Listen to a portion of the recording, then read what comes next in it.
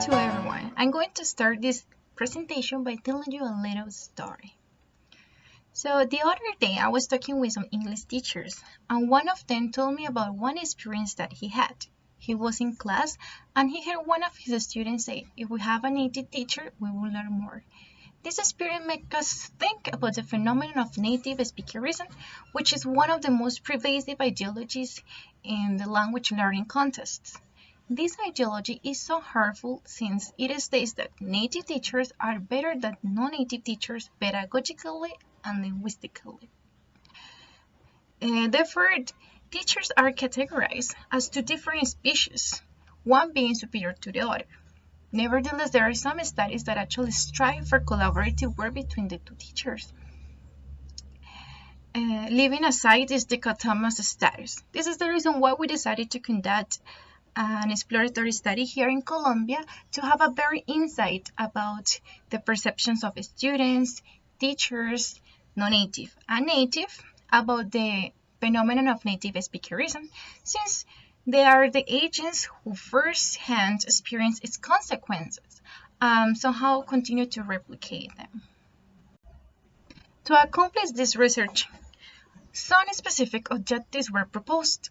The first one is to inquire on the impact of the native speakerism on the self-subjectivities of all the participants. The second one is to identify the native and the non-native pedagogical and language proficiency skills. The third one is to determine what are the perceptions of students, native and non-native teachers regarding the idea of who is a legitimate English speaker. And the last one is to examine the discriminatory practices that native and non-native teachers identify in their working conditions. So, in order to answer those specific objectives, we have the methodology. A mainly qualitative study consisted of two phases was designed. In the first phase, an online interview was conducted and analyzed through two cycles of coding, in vivo coding and color coding. And on the second phase of the study, the quantitative data was gathered through a self-completion survey which was based on the participants' answers from the previous semi-structured interviews. The participants who helped us in this study consisted of three different groups that represented the actors mainly involved in this subject matter. The first group corresponded to Colombian students, the second group corresponding to Colombian teachers, and the third group to English native speakers. So now that we're going to discuss the findings, we're going to do it in the same categories of the participants. So first we've got the students. For the students we have some elements that are still present but others that are changing. So we've got that the figure of the native speaker is still very relevant for them, for they not only see him or her as a linguistic role model, but also they see them as the ultimate goal of learning. However, a student mistrusts the pedagogic skills that native speakers may have, so they rather prefer a teacher who is qualified enough to give the class independent of the place they come from. And on the other hand, we've got that students still compare heavily to native speakers, especially in the pronunciation or their oral proficiency. We've got that students imitate their accents frequently, especially those standard accents such as the American, the British or the Canadian, and as a result they do not validate them accents nor any other type of accent that does not resemble that of the standard one. So in some cases they feel anxious and stressed if they cannot pronounce similarly to an American accent, and in some cases discriminate against students or even some other teachers that, although have the pedagogical skills, do not sound as the American or the British one.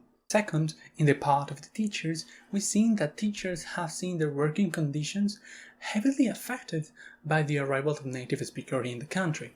They have mentioned that not only do they need to speak and in some cases behave like native speakers in order to be better regarded by students or institutions, they also have mentioned that they fear for the jobs to be taken by other native speakers if they stay in the country for long periods of time. This situation has made teachers feel that their pedagogical and linguistic skills are simply not enough for the jobs, since the students, institutions, and in some cases the government and even parents consider the native speakers as more valuable than them. And finally, the native speakers themselves have appreciated and acknowledged the situation.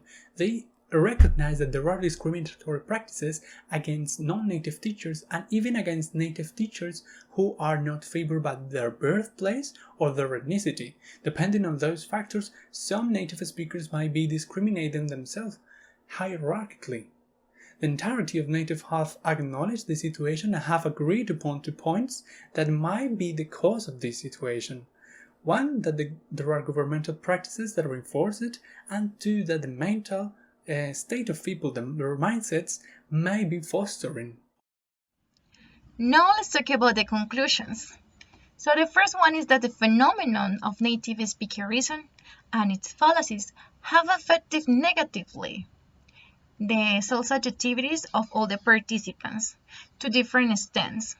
Some of them still compare themselves to native speakers and see them as the best linguistic role model. Okay, now let's talk about the second conclusion. It is that over time, native and non-native teachers have been categorized as two different species, mainly due to systematic and governmental practices. However, teachers themselves have strived for a change in the role that society has imposed on them. Teachers have realized that they do complement each other. It is not longer that one is better than the other, but rather that they can work together to benefit their students. Okay, now let's talk about the third conclusion. So here the native speakers have a contradictory concept and practice regarding authenticity and validity of the English native speakers. Even though all of them agree that natives come in all shapes and colors, there is still a preference towards a stereotype. Blonde, blue-eyed, tall, and those natives who do not look like them are rejected as a legitimate native speaker of English, especially by companies. Okay, now let's talk about the last conclusion. Here, basically, it's that all the participants know and they are very aware of the phenomenon. However, they don't know how to tackle it. So at the end, they are forced to replicate and perpetuate the phenomenon itself. So these are the conclusions. Thank you so much for paying attention. And here below are the references if you want to check it out and if you want to learn more about this phenomenon and how it affects all students, native and non-native teachers.